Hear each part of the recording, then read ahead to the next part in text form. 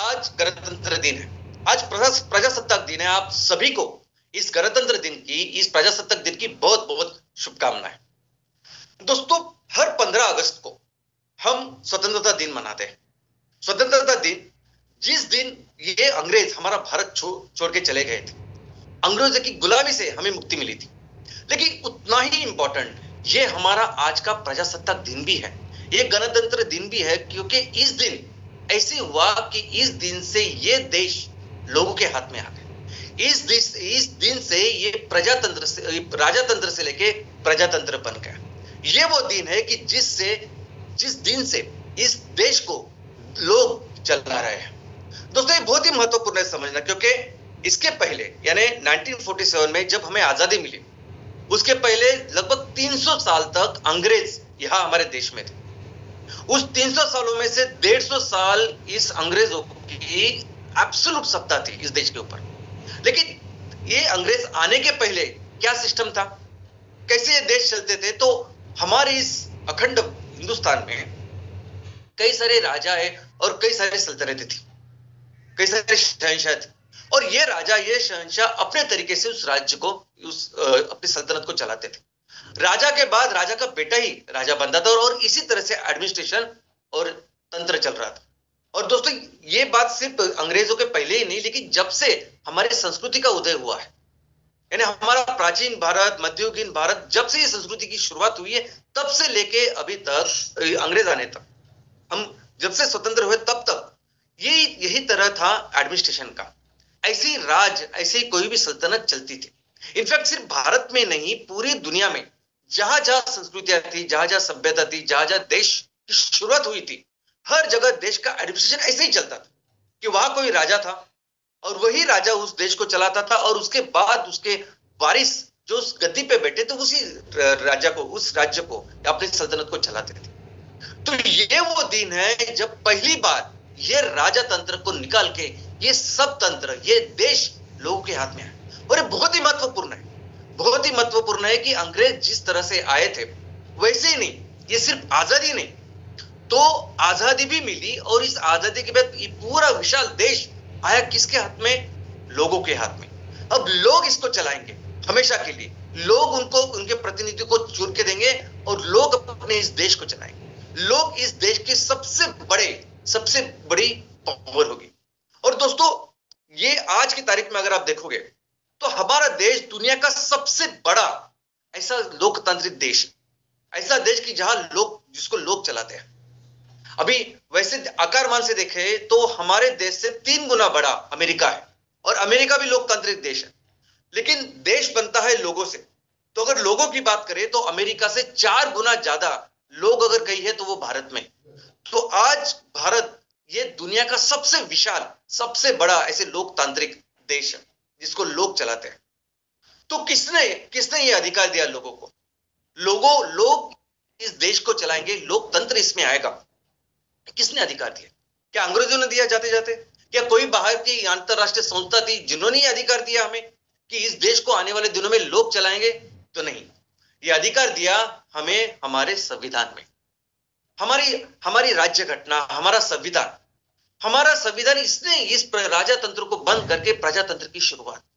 हमारा ये संविधान है कि जो सबसे बड़ा पावर इस देश में किसको देता है? तो लोगों को देता है।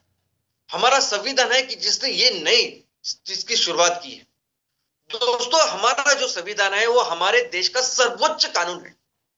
ये सर्वोच्च कानून है कि आज हमारे देश में अगर किसी भी न्यायालय में, यानी सर्वोच्च न्यायालय से लेके किसी भी तहसील के लेवल पे या किसी भी छोटे से छोटे न्यायालय में अगर कोई फैसला होता है तो वो फैसला होता है इसी कानून के आधार पर, इसी संविधान के आधार पर। अगर हमारे किसी भी संस्था में, यानी ग्राम पंचायत से लेके राज्य से लेके केंद्र तक, अगर किसी भी संस्था में अगर कोई नियम बनता है, अगर कोई कानून बनता है, अगर कोई डिसीजन लेते हैं, तो वो सभी डिसीजन, सभी न्याय, सभी कानून, सभी नियम बनते ही इसी संविधान के आधार पर। हमारे देश का सर्वोच्च जो नियम है, सर्वोच्च जो कानून है, वो ये हमारा संविधान है। दोस्तों, 1947 में हमें आजादी मिली, तो इस आजादी के बाद कैसे ये देश चलेगा, कौन सी घटना से देश चलेगा, कौन से संविधान से देश चलेगा, इसके लिए एक समिति गठित की गई। और इस समिति के अध्यक्ष थे डॉक्टर बाबा साहेब अम्बेडकर। और इन्होंने ये संविधान बना के, ये कमेटी ने संविधान बना के 26 नवंबर 1949 यानी 1949 को उन्होंने संसद के सामने पेश किया। और ये वो दिन था 26 नवंबर 1949 की जब संसद ने, राष्ट्रपति ने इसको सम्मत किया। और ठीक 2 महीने बाद यानी 26 जनवरी 1950 को ये देश, ये संविधान, ये राज्य घटना पूरे देश को लागू हुई। और इसलिए वो दिन है 26 जनवरी की, जिस दिन को हम हर साल मनाते हैं, प्रजासत्ताक दिन के तौर पर मनाते हैं, इसको सेलिब्रेट करते हैं। दोस्तों, आज दुनिया में ऑलमोस्ट 200 देश है। अब इस 200 देश, हर देश चलता है किसी न किसी घटना के ऊपर, किसी न किसी संविधान के ऊपर, किसी न किसी न्याय के ऊपर, यानी इस नियम के ऊपर। और ये दुनिया के सभी जो संविधान है, दुनिया के सभी जो राज्य घटना है, सबसे बेस्ट, सबसे बेहतर अगर कोई राज्य घटना है दुनिया में, तो वो है भारत की राज्य घटना। दोस्तों, भारत की राज्य घटना इतनी डिटेल, यानी सबसे बड़ी लिखी हुई हस्तलिखित ऐसी राज्य घटना है। और सिर्फ हस्तलिखित राज्य घटना ही नहीं, इतनी विस्तृत है, इतनी डिटेलिंग इसमें है, इतने हर चीज का इसका विचार किया है कि जो किसी भी राज्य घटना में हुआ नहीं। अभी अमेरिका के बारे में देखिए। अमेरिका में जो लोकतंत्र की शुरुआत हुई है, डेमोक्रेसी की शुरुआत, वो 1790 में हुई है। तब से लेकर अमेरिका में लोकतंत्र चालू। ऑस्ट्रेलिया में 1900 के बाद लोकतंत्र की शुरुआत हुई। भारत, लेकिन उन दोनों का अगर आप संविधान देखोगे, अमेरिका संविधान ऑलमोस्ट सिर्फ 8000 शब्दों का है।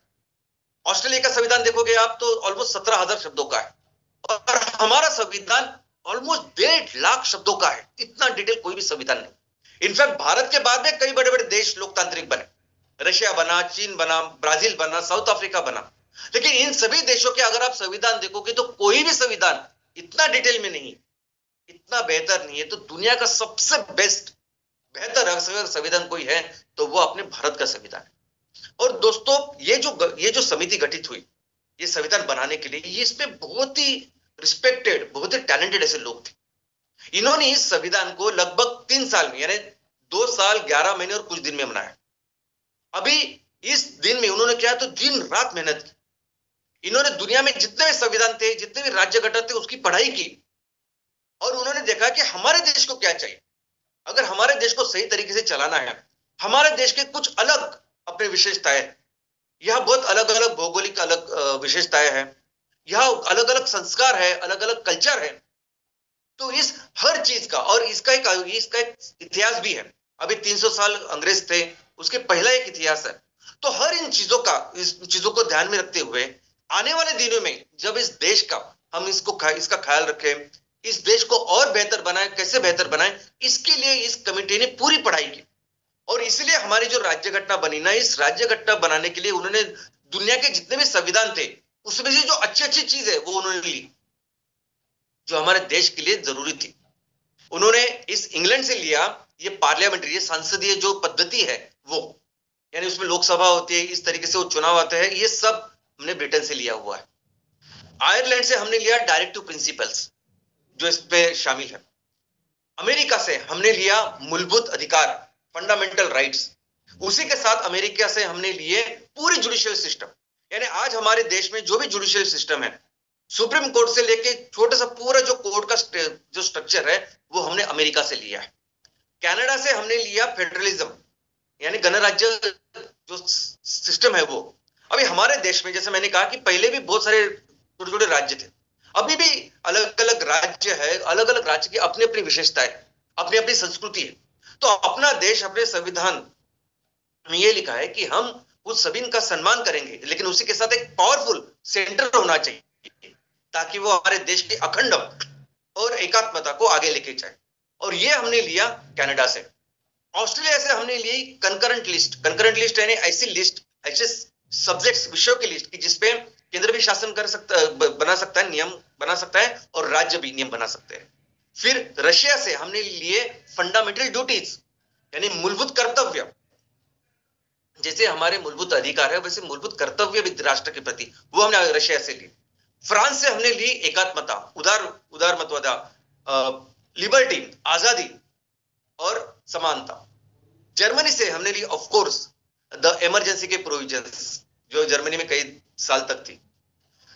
साउथ अफ्रीका से हमने ली राज्यसभा और जापान से हमने ली प्रोसीजर्स।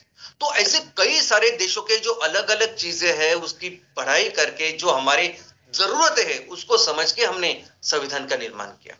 और दोस्तों ये जो हमारा संविधान है, इनफैक्ट हर देश का जो संविधान है, हर देश की जो राज्य घटना है जिसकी वजह से वो देश चलता है, अभी वो देश कैसे चलेगा उनके वो डिपेंड करता है उनके सोच के ऊपर। तो हर देश की एक सोच है, हर देश की एक सोच है कि हम अपने देश को कैसे चलाना चाहते हैं, हम अपने देश को किस दिशा में लेके जाना चाहते हैं, और हमारे देश में सबसे जरूरी क्या है, सबसे महत्वपूर्ण क्या है।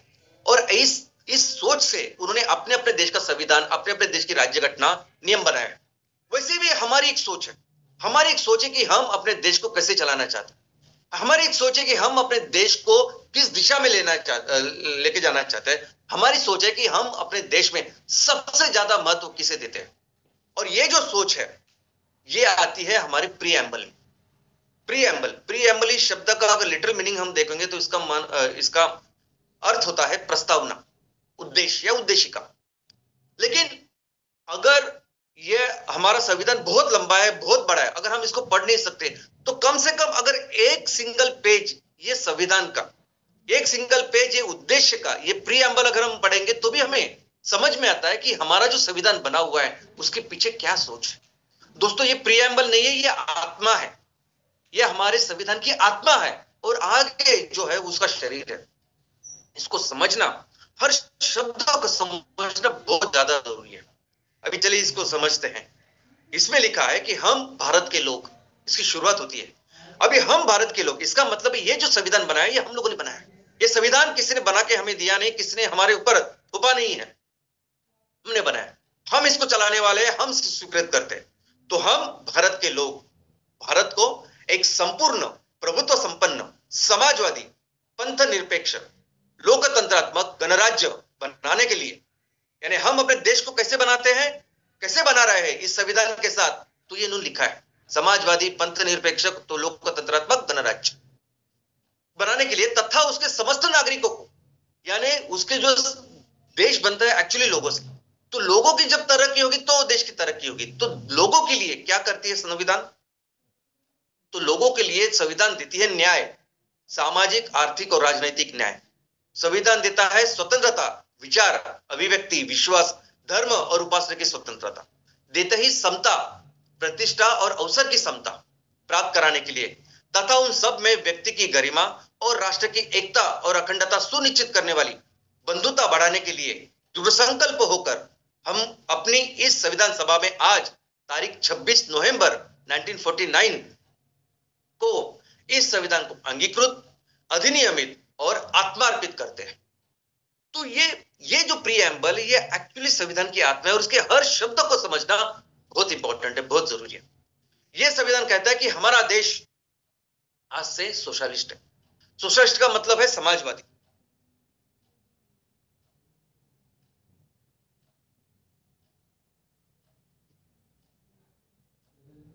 यानी हमारा देश काम करेगा हमेशा समाज के लिए, हमेशा लोगों के लिए, वो इसका अर्थ है। यह कहते हैं कि हमारा देश है सेकुलर। अभी सेकुलर का मतलब है धर्मनिरपेक्ष। अगर सेकुलर इस शब्द का हम लिटरल मीनिंग लेंगे, इसका अर्थ लेंगे, तो वो ये है कि सेकुलर का मतलब है कि जिसका धर्म के साथ कोई भी रिश्ता नहीं है, कोई भी संबंध नहीं है, उसको कहते हैं सेकुलर। यानी अगर कोई व्यक्ति को आप पूछे कि आप धर्म में विश्वास करते हैं कि नहीं, तो वो क्या हो सकता है, एक तो हाँ बोलेगा, नहीं तो ना बोलेगा। हाँ को हम बोलते हैं आस्तिक, और अगर धर्म में विश्वास नहीं करता है तो बोलते हैं नास्तिक। वैसे ही किसी समाज को अगर आप पूछते हो कि आप धर्म में विश्वास करते हो, और अगर वो समाज बोलता है नहीं, तो उसको कहते हैं वो समाज है सेकुलर। तो हमारा देश, ये संविधान कहता है कि हमारा धर्म के साथ कोई रिश्ता नहीं है, हमारे लिए सभी धर्म एक समान है। हमारा देश बनता है डेमोक्रेटिक, लोकतंत्र, लोक प्रजा ही इस देश को चलाएंगे। हमारा देश बनता है रिपब्लिक, इसका मतलब है हमारे देश में कोई राजा नहीं होगा। राजा कौन होगा, राजा हो गए हमारे लोग। ये देश, ये हमारा संविधान कहता है। तो इसी के साथ ये हुआ हमारा देश, इसी के साथ हमारे सभी नागरिकों को हमारा देश, हमारा ये संविधान क्या देता है, तो देता है न्याय, जस्टिस, सोशल सामाजिक, इकोनॉमिक आर्थिक और पॉलिटिकल यानी राजनीतिक। सोशल जस्टिस यानी सामाजिक न्याय, यानी क्या? अगर हमारे नागरिक उस समाज का हिस्सा बनना चाहते हैं, बेहतर उस समाज को करना चाहते हैं, तो उनको उस समाज का हिस्सा बनने के लिए जो भी जरूरी चीज चाहिए, ये संविधान उसको प्रदान करेगा। यानी रोटी, कपड़ा, मकान, ये तो मूलभूत चीजें है ही, लेकिन उसी को साथ अगर वो नागरिक अगर खुद को बेहतर बने, समाज को बेहतर बनाने की कोशिश करे, उसके लिए जो जरूरी चीजें होती है, यानी एजुकेशन, शिक्षा, मेडिकल फैसिलिटी और कुछ सोशल इंफ्रास्ट्रक्चर, ये सभी देना, हर एक व्यक्ति को देना, हर एक नागरिकों को देना, इसे कहते हैं हम सामाजिक न्याय। ये संविधान देता है सभी को आर्थिक न्याय। आर्थिक न्याय का मतलब है कि हर व्यक्ति अपने आप की जो आर्थिक परिस्थिति बेहतर कर सकता है, उसको पूरी तरह से अवसर है। उसी के साथ राष्ट्र का ये राष्ट्र इसके लिए काम करेगा कि राष्ट्र में जितने भी संसाधन है, जितने भी रिसोर्सेस है, उसका समान उसका वितरण करे, ताकि हर व्यक्ति को वो अवसर मिले कि वो अपने आप को बेहतर से बेहतर अपनी प्रगति, आर्थिक प्रगति कर सके। ये संविधान देता है सबको पॉलिटिकल जस्टिस, यानी राजनीतिक न्याय। इसका मतलब है न्याय बनाने की इस प्रक्रिया में अगर कोई भी आना चाहता है, कोई भी इसमें पार्टिसिपेट करना चाहता है, तो सबको समान अधिकार है। अगर कोई ग्राम पंचायत का सदस्य बनना चाहता है और गांव के लिए कुछ करना चाहता है, या कोई अगर केंद्र का सदस्य बनना चाहता है, देश के लिए कुछ करना चाहता है, तो सबको समान अवसर देता है ये संविधान। इसके अलावा ये संविधान देता है बहुत सारी तरह की आजादी अपने नागरिकों को, ताकि वो बहुत बेहतर से बेहतर बने। आजादी किसकी? तो आजादी विचारों की, थॉट्स की, एक्सप्रेशन की, व्यक्त होने की, बिलीफ की, विश्वास की, फेथ की, धर्म की और वर्शिप की, उपासना की। दोस्तों, ये संविधान लोगों को हर तरह की विचार की, सोच की आजादी देता है। आप विचार कर सकते हैं, सोच सकते हैं और अपनी ये सोच लोगों के सामने रख सकते हो। लोगों के सामने रख सकते हो, समाज के सामने रख सकते हो, सरकार के सामने रख सकते हो। इसकी पूरी तरह से आजादी आज हर नागरिक को इस संविधान की वजह से है। हमें आजादी मिलती है एक्सप्रेशन की। हर व्यक्ति अपने आप में एक यूनिक है। हर व्यक्ति की अपनी एक अभिव्यक्ति है जो प्रस्तुत होनी चाहिए, और उसको पूरा हक है कि अपनी उस अभिव्यक्ति को, अपनी उस पर्सनालिटी को, अपने उस यूनिकनेस को वो बेहतर बनाए, और उसके लिए जैसे भी उसको व्यक्त होना है वो व्यक्त हो सकता है। ये संविधान आजादी देता है विश्वास की। जिस भी चीज में आप विश्वास रखते हैं, आप रख सकते हो, उसको फॉलो कर सकते हैं। ये संविधान हमें आजादी देता है धर्म चुनने की। हम अपना अपना धर्म चुन सकते हैं और उसकी राह पर चल सकते हैं। यह संविधान आजादी देता है वर्शिप की, उपासना की, पूजा की।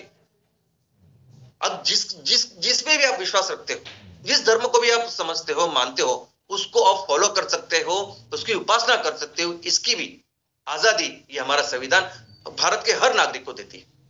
इसके अलावा यह संविधान देता है हर नागरिक को इक्वालिटी, समानता। समानता किसकी? Status and opportunity. अब स्टेटस का मतलब क्या है? स्टेटस का मतलब है प्रतिष्ठा। अगर कोई महिला घर में हाउसवाइफ है, घर संभाल रही है, बच्चों का संभाल रही है, घर का पूरा वो सब देख रही है, उसकी प्रतिष्ठा, और कोई महिला अगर किसी कंपनी की बड़ी चेयरमैन है, दोनों की प्रतिष्ठा समान है संविधान की। अगर कोई व्यक्ति, अगर उसके पास आज जॉब नहीं, बेरोजगार है, और कोई व्यक्ति पियून है, कोई व्यक्ति कमिश्नर है, हर व्यक्ति की अपने आप में एक प्रतिष्ठा है, और कायदे के लिए, संविधान के लिए, इस देश के लिए हर एक की प्रतिष्ठा समान यानी सेम है। वैसे ही हर व्यक्ति को उसको डेवलप होने के लिए समान अवसर ये संविधान इस देश में प्रदान करता है, और ये बहुत जरूरी है। तो ये कहता है कि सबको समान अवसर मिलना चाहिए, और ये अवसर उसमें प्रमोट करना चाहिए कि आप करिए, सपोर्टिव ऐसा काम ये संविधान देता है। इसके अलावा ये संविधान बताता है कि हर एक व्यक्ति में, जो भी हमारे देश के नागरिक है, इस देश में भाईचारा, बंधुत्व, इसका विकास होना चाहिए। हर एक व्यक्ति की अपनी गरिमा है, प्रतिष्ठा है, डिग्निटी है, उसका सम्मान रखते हुए हर एक व्यक्ति अपने एक दूसरे के साथ भाईचारा, बंधुत्व बना के रखे। ये बनाना बहुत जरूरी है, ताकि ये फिर हमारे देश को अखंड एकात्मता हमेशा बनाए रखेगा। दोस्तों, ऐसी आप अगर हमारे ये जो संविधान है, ये संविधान की अगर विशेषताएं देखेंगे, ये अभी तक हमने जो देखा वो था प्रीएम्बल हमने सोचा, पढ़ा, और उसकी आत्मा, वो सोच हमने समझी।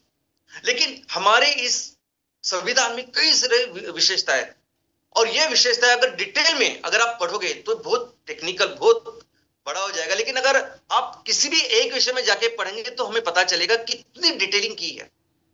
इतनी डिटेलिंग दुनिया के किसी संविधान में नहीं है। और हमारा संविधान सर्वश्रेष्ठ सिर्फ इसलिए नहीं है कि वो सिर्फ बड़ा है, हस्तलिखित बड़ा, ऐसा नहीं है।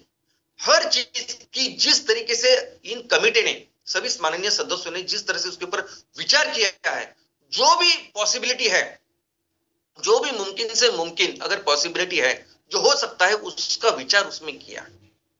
इतनी डिटेलिंग, इतना अच्छे तरीके से ये संविधान बनाए रखा है। लेकिन इसमें सबसे महत्वपूर्ण चीज, यानी ये हर एक चीज है, हर एक पॉइंट इसमें जो अभी आप देख रहे हैं, हर एक पॉइंट के ऊपर एक वेबिनार हो सकता है, इतना इंपॉर्टेंट पॉइंट है। लेकिन जो चीज आज मैं आपके सामने रखना चाहता हूं वो ये है कि ये संविधान सबसे ज्यादा महत्व, सबसे ज्यादा पावर किसको देती है? सबसे ज्यादा तो वो है लोग। संविधान ये कोशिश करती है कि सब जो पावर है वो लोगों के साथ, हर चीज के हर लेवल पे जो भी कुछ करना है देश के लिए, तो संविधान ये कोशिश करती है कि हर कुछ लोग उसमें शामिल, लोग उसको करें। संविधान ये कहता है कि हर व्यक्ति उसके लिए समान है। अभी ये समानता भी बहुत इंपॉर्टेंट है दोस्तों, क्योंकि हर व्यक्ति, यानी अगर इस देश में आप सबसे बड़े टैक्स पेयर हो एंड बहुत सबसे अमीर हो, और यह व्यक्ति शायद वो बहुत गरीबी में रहता हो, वो कुछ कमाता भी नहीं अच्छी तरीके से, लेकिन संविधान के लिए, अपने देश के लिए दोनों के पास सिर्फ एक ही वोट है, सब समान है। और बहुत सारी जगह में ऐसा नहीं है। इनफैक्ट हमारे देश में भी आजादी के पहले एक इलेक्शन हुआ था, अंग्रेजों ने वो इलेक्शन किया था 1920 में, 1920 में। और उसमें जब इलेक्शन किया था तब कौन वोट कर पाता था, कौन मतदान कर पाता? तो उसके लिए एलिजिबिलिटी थी, यानी अगर आपके पास प्रॉपर्टी होनी चाहिए, आप गवर्नमेंट को टैक्स अगर दे रहे हो तो ही आप कर सकते हैं।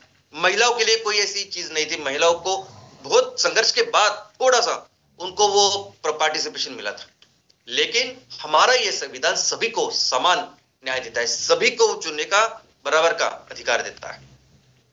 और इसलिए जरूरी है कि हम इस उत्सव को मनाओ, इस दिन को मनाएं। ये बहुत बहुत बहुत इंपॉर्टेंट है, क्योंकि ये संविधान, ये देश ऐसा है कि ये संविधान हम सबको उचित न्याय, उचित आजादी और सबको समानता देती है। और ये वो दिन है जब इस सभी चीजों का हमने उत्सव मनाना चाहिए, इसको सेलिब्रेट करना चाहिए। प्रजासत्ताक दिन वो दिन है दोस्तों, प्रजासत्ताक दिन वो दिन है कि अगर आप देखोगे तो इस दिन हमारे यहाँ दिल्ली में बहुत बड़ी परेड होती है। परेड किसकी होती है? तो परेड होती है हमारे जो देश में जो अलग अलग संस्कृति और सभ्यता है उसकी, हमारी जो डाइवर्सिटी है उसकी। दोस्तों हम देखोगे किलोमीटर के ऊपर बोली भाषा बदलती है, लोगों का रहन सहन ढंग बदलता है, लोगों की कल्चर बदलते हैं। और ये सुपर स्पेशलाइजेशन है, किसी भी सभ्यता, किसी भी सिविलाइजेशन का, किसी भी सोसाइटी का सुपर स्पेशलाइजेशन है। दुनिया के किसी भी कोने में इतना विकास संस्कृति का हुआ नहीं है। ये इतनी ज्यादा बोली भाषा है ना, इतने अलग अलग तरह के कपड़े पहनते, काम करते, सब कुछ करते, ये बहुत बड़ा सुपर स्पेशलाइजेशन, हम बहुत आगे है, बहुत डेवलप्ड है। और यही दिन होता है कि जिस दिन जब हमारी ये सभी सभ्यताएं का दर्शन होता है, इसको हम सेलिब्रेट करते हैं। और ये दुनिया का बहुत बेस्ट ऐसा देश है। ये वो दिन है कि जिस दिन पे हमें इन सभी लोगों को याद करना चाहिए, उनको श्रद्धांजलि अर्पित करनी चाहिए कि जिन्होंने इस देश के लिए, इस संविधान बनाने के लिए अपना सब कुछ निछावर कर दिया। लाखों लोग हैं जिन्होंने पूरी जिंदगी अपनी दी, कई लोगों ने अपने अपने प्राणों की आहुति दे दी। और ये इसलिए नहीं दी, देखो आप एक बात समझिए कि सिर्फ आजादी के लिए नहीं, अभी कुछ ऐसा नहीं कि उन्होंने आजादी ली और खुद के लिए कुछ किया। उनका एक ही सपना था कि ये आजादी आए और लोगों के हाथ में चले जाए। तो इन्होंने जो कुछ किया ना, इनका हम कभी भी इनको भूल नहीं सकते। तो ये वो दिन है कि जब इन सभी को श्रद्धांजलि अर्पित करनी चाहिए। और दोस्तों ये वो दिन है जब हमें ये समझना चाहिए कि हमारे देश में सबसे महत्वपूर्ण है लोग। हमारे देश को चलाते हैं लोग। ये देश हमेशा लोग ही चलाएंगे, लोगों के द्वारा चलाएंगे और लोगों के हित के लिए चलाएंगे। ये वो दिन है कि जो हमें याद दिलाता है कि हमारे यहाँ सबसे बड़ी ताकत अगर कोई है तो वो है लोग। हमारे देश का, संविधान का, हमारे देश चलाने का अगर कोई पर्पस है तो वो है लोगों को बेहतर करना। ये हमेशा हमें समझना चाहिए। और आज तो ऐसी परिस्थिति बनी हुई है कि ये इसको बहुत अच्छी तरीके से समझना चाहिए। आज ऐसी परिस्थिति पूरे दुनिया में है कि ये हमें जरूरत है इन सभी प्रिंसिपल्स की, ये तत्व की, ये जो मूल तत्व है, जिस तत्व के ऊपर आज संविधान चल रहा है, हमारा देश चल रहा है, ये तत्व जो हमारे महान जो स्वतंत्र सेनानी थे उन्होंने सोचे थे हमारे देश के लिए, इसको डेवलप बनाने के लिए इन तत्वों को समझना, इनको उनका अंगीकार करना, इनको इंप्लीमेंट करना, उनको हर चीज में इन तत्वों को समझ के उस तरह से काम करना बहुत जरूरी है। आज हम बिजनेस कर रहे हैं, इतने सारे लोगों के साथ अगर बिजनेस कर रहे हैं तो हर सिर्फ एमसीएल नहीं, तो हर व्यक्ति, हर इंस्टीट्यूशन, हर बिजनेस करने वाले जो संगठन है उसको ये समझना बहुत जरूरी है। आज बहुत बहुत ज्यादा जरूरी है, मैं समझता हूं। यानी पहले कभी भी इतना जरूरी नहीं था जितना आज ये जरूरी है इन तत्वों को समझना। और इसका कारण है विषमता, कारण है तेजी से फैलती हुई विषमता। दोस्तों, आज बहुत बुरी तरह से ये विषमता दुनिया में फैल रही है। ये सिर्फ भारत में नहीं, भारत हो, अमेरिका हो, दुनिया के किसी भी देश में आज विषमता है, हर जगह विषमता है। जो आप यानी विषमता कम ज्यादा होगी ये अलग बात है, लेकिन हर जगह विषमता है और ये बढ़ रही है दिन ब दिन। जब भी कोई विकास कैसे होगा किसी देश का, तब होगा जब रिसोर्सेज डेवलप हो गए, जब बिजनेसेस हो गए, जब हम संसाधनों को बेहतर से बेहतर करेंगे। तो आज की तारीख पे जिस तरह से विकास हो रहा है, डेवलपमेंट हो रहा है, उस तरह से वो सही दिशा में नहीं है, जिसकी वजह से विषमता बढ़ रही है। पिछले ही हफ्ते ऑक्सफैम इंटरनेशनल ने वो एक रिपोर्ट, इस साल का रिपोर्ट पूरी दुनिया के सामने रखा, और दुनिया के सामने क्या रखा कि किस तरह से विषमता बढ़ रही है। और उन्होंने ये भी कहा कि ऐसा भी नहीं हो रहा है कि जब ये विषमता है, यानी कोई अगर संकट आता है पूरी दुनिया के ऊपर, पूरी दुनिया के अगर कोई ऊपर संकट आता है तो गरीब और अमीर दोनों के ऊपर सेम उसका परिणाम होना चाहिए, लेकिन ऐसा नहीं हो रहा है। यह रिपोर्ट क्या कहता है कि 2020 में जब कोरोना आया, उसके बाद, उस संकट के बाद अर्थव्यवस्था का स्पीड जरा कम हुआ, लेकिन उसके बाद भी अगर आप देखोगे तो उसके बाद भी उस संकट के कालावधि में भी अमीर और ज्यादा अमीर हो गए, गरीब और बहुत ज्यादा गरीब हो गए। और ये रिपोर्ट ये कहता है कि ये सिर्फ और सिर्फ हो रहा है क्योंकि जिस तरीके से बिजनेस हो रहे हैं पूरी दुनिया में, वही कारण है। आज जहां पे बिजनेसेस हो रहे हैं ना, उस बिजनेसेस में ये लोग जो बिजनेस करते हैं वो कभी भी लोगों का ख्याल नहीं करते। ये लोग जो बिजनेस करते हैं उनके एक सिस्टम है, व्यवस्था है, बस अपने ही लोगों में वो बिजनेस करते हैं। वो कभी भी अपने लोग यानी समाज, लोग जहां वो बिजनेस कर रहे हैं, लोगों का बिल्कुल ख्याल नहीं रखते। और ये बेसिक कारण है, बेसिक चीज है। और अगर हमें इस समाज को इस विषमता से बाहर निकालना है तो यही एक तरीका है इसको बंद करने का, इसको रोकने का। क्योंकि डेवलपमेंट, विकास होगा सिर्फ और सिर्फ बिजनेस की वजह से, व्यापार की वजह से। और इसमें अगर आपने लोगों को नहीं लिया तो ये नहीं हो सकता। और इसमें बहुत बहुत अभिमान लगता है हमें भारतीयों को, एक ऐसे व्यक्तियों की जैसे जिन लोगों ने संविधान के लिए सोचा है, ऐसे ही हमारे उद्योजकों ने भी ऐसे सोचा। जब उद्योजकता की बात आती है, जब बिजनेस की बात आती है, तो हमारे भारतीय उद्योजकों को, या इस उद्योग के जनक हम जिसके कहते हैं, जमशेदजी टाटा, उनके भी विचार वैसे ही है। जिन लोगों ने संविधान बनाया, जिस विचार के साथ उन्होंने संविधान बनाया, और संविधान में पूरी ताकत, पूरे सब कुछ जो दिया वो लोगों को दिया, जो सोचा लोगों के बारे में सोचा, सुप्रीम पावर लोगों को दी, सब कुछ लोगों के हाथ में दिया। सेम सोच के साथ इन व्यक्ति ने भी बिजनेसेस की शुरुआत की। बिजनेसेस उन्होंने खुद के लिए, खुद के फायदे के लिए नहीं, सिर्फ और सिर्फ लोगों के लिए किए, इस सोच के साथ किए। अभी उनके सोच, उनके विचार अगर आप देखोगे तो क्या कहते हैं, वो कहते हैं कि जब भी हम कोई बिजनेस का निर्माण करते हैं ना दोस्तों, ये बिजनेस का बेसिक पर्पस होता है लोग सिर्फ स्टेक होल्डर नहीं होते। ये हर बिजनेस का पर्पस होता है कि लोगों को बेहतर करना है, सोसाइटी को बेहतर करना है। आज की तारीख में जो भी बिजनेसेस हो रहे हैं, हम लोगों की तरफ कैसे देखते हैं? हम लोगों को देखते हैं कस्टमर जैसे। कस्टमर इज किंग, कस्टमर राजा होता है, ये होता है, वो होता है, और कस्टमर के लिए सब कुछ करना चाहिए, ये मूल तंत्र होता है। और कौन कस्टमर? वो कस्टमर जो मेरा प्रोडक्ट लेगा।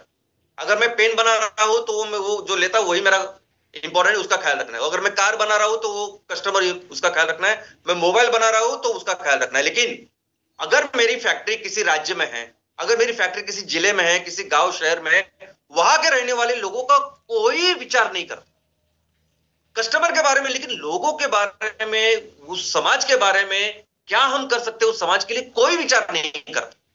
बोले उस प्रोसेस में भी हमारे आजू बाजू जहां मैं प्रोजेक्ट लगा रहा हूं, काम कर रहा हूं, बिजनेस कर रहा हूं, उनको लेके कुछ करूं, ये भी कोई विचार नहीं करता।